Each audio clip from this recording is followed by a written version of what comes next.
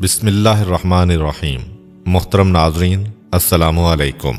پیغمبر اسلام صلی اللہ علیہ وآلہ وسلم کی عمر 10 یا 12 سال تھی جب آپ نے اپنے چچا حضرت ابو طالب کے ساتھ تجارت کے لیے شام کا پہلا سفر کیا۔ اس دوران تجارتی سرگرمیوں کے ساتھ ساتھ پیغمبر اسلام جیاد کی پہاڑیوں پر اپنی بھیڑ بکریاں بھی چرایا کرتے تھے۔ کچھ ہی عرصہ گزرتا ہے کہ حضرت ابو طالب جو اب تک رسول خدا کو تجارت کے لیے سفر میں اپنے ساتھ لے جاتے تھے، پیغمبر اسلام کو تجارت کی پوری ذمہ داریاں سپرد کرتے ہیں۔ پیغمبر اسلام کی عمر جب 20 سال ہوئی تو فجار نامی جنگ کا چوتھا مرحلہ شروع ہوا۔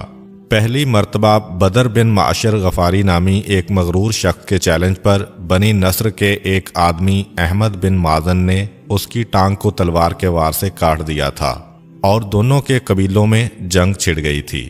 دوسری مرتبہ بنی کنانہ قریش کے چند شرارتی نوجوانوں نے بنی عامر کی ایک عورت کا کرتا پھاڑ ڈالا۔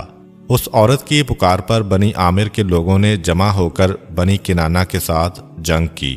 اس لڑائی میں دونوں طرف سے کئی آدمی مارے گئے۔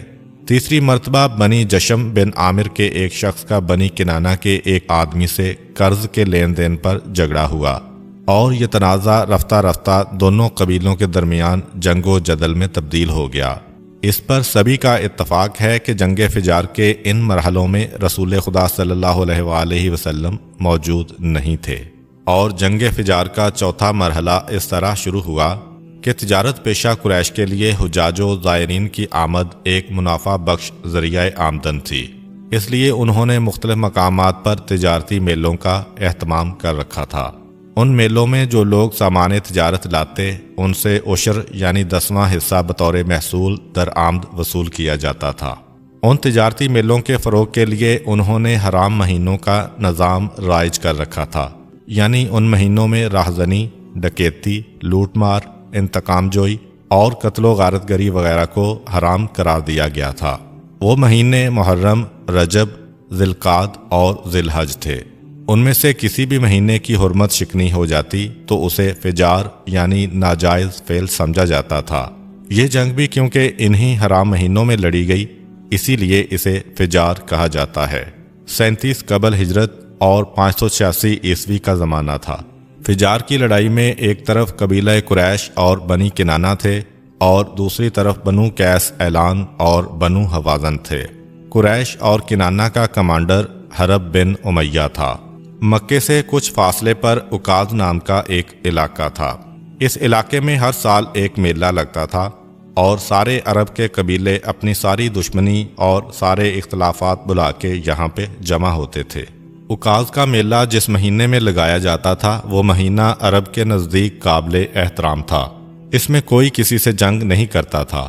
دو ہی چیزیں قابل احترام تھیں، ایک حرم کی سرزمین جس کا عرب احترام کرتے تھے، وہاں کوئی چلا گیا تو اسے کوئی نقصان نہیں پہنچائیں گے، اور ایک یہ مہینہ کہ جس کا احترام کیا جاتا تھا، جسے قرآن نے بھی شہر حرام کہا ہے۔ بہرحال عکاظ ایک ایسا مقام تھا کہ جہاں سارے عرب کے لوگ جمع ہوتے تھے اور اپنے اختلافات بلا کے بیٹھ جاتے تھے۔ ہر قسم کی عیاشیاں بھی ہوتی تھیں، شرابیں بھی پی جاتی تھیں، جوئے بھی کھیلے جاتے تھے، اور ساتھ ساتھ بہت سے سنجیدہ لوگ بھی جمع ہو کے اپنے معاشرے کو سدھارنے کے لیے مختلف منصوبے بناتے تھے۔ تاریخ بتاتی ہے کہ ایک مرتبہ عکاظ کے میلے میں عرب کے ایک قبیلے کنانہ کا سردار نعمان آیا۔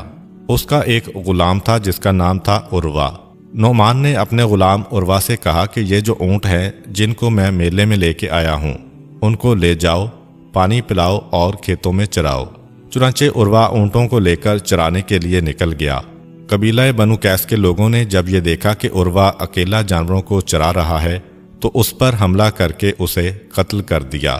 یہ خبر جب اس کے مالک نعمان کو ملی تو وہ قاتل کے قبیلے کے پاس گیا اور کہا کہ تم نے میرے آدمی کو مارا ہے، اب یا تو تم قاتل کو میرے حوالے کرو یا اس کا خون بہا دے دو۔ اس قبیلے والوں نے صاف انکار کر دیا کہ ہرگز نہیں، ہم قاتل تمہیں دیں گے نہ خون بہا دیں گے۔ نعمان اپنی اخلاقی ذمہ داری سمجھ رہا ہے کہ میرا ملازم ہے، میرا کام کرتے ہوئے مارا گیا ہے، یہ میری توہین ہے، یہ مجھ پر حملہ کیا گیا ہے۔ جب اس نے دیکھا کہ یہ لوگ نہیں مانتے تو اس نے اپنے قبیلے کو جمع کر کے ساری کیفیت سنائی۔ بنو کنانہ کا قبیلہ جمع ہو گیا کہ واقعاً تم حق پر ہو، تم پر ظلم ہوا ہے، اور ادھر قاتل کا قبیلہ بھی جمع ہو گیا کہ ہمارے آدمی کے خلاف تم نے کیوں بات کہی، اور اب ہم اس کا بدلہ لیں گے۔ یہ دونوں قبیلے میدان میں آ گئے اور ان کے درمیان جنگ شروع ہو گئی۔ قریش کو یہ اطلاع ملی، خاص طور پر خاندان بنو ہاشم جس کی قیادت اس وقت حضرت ابو طالب کر رہے تھے۔ اب بظاہر بنی ہاشم کا اس معاملے سے کوئی تعلق نہیں ہے، لیکن بنو ہاشم نے دیکھا کہ یہ نعمان کا قبیلہ حق پر ہے کہ ہمارے آدمی کے قاتل کو واپس کرو یا اس کا خون بہا دو، لیکن جو سامنے والا قبیلہ ہے وہ اتنا ضدی ہے کہ نہ قاتل کو دے رہا ہے نہ اس کا خون بہا دے رہا ہے، اور ساتھ ساتھ احترام والے مہینے میں جنگ شروع کر دی۔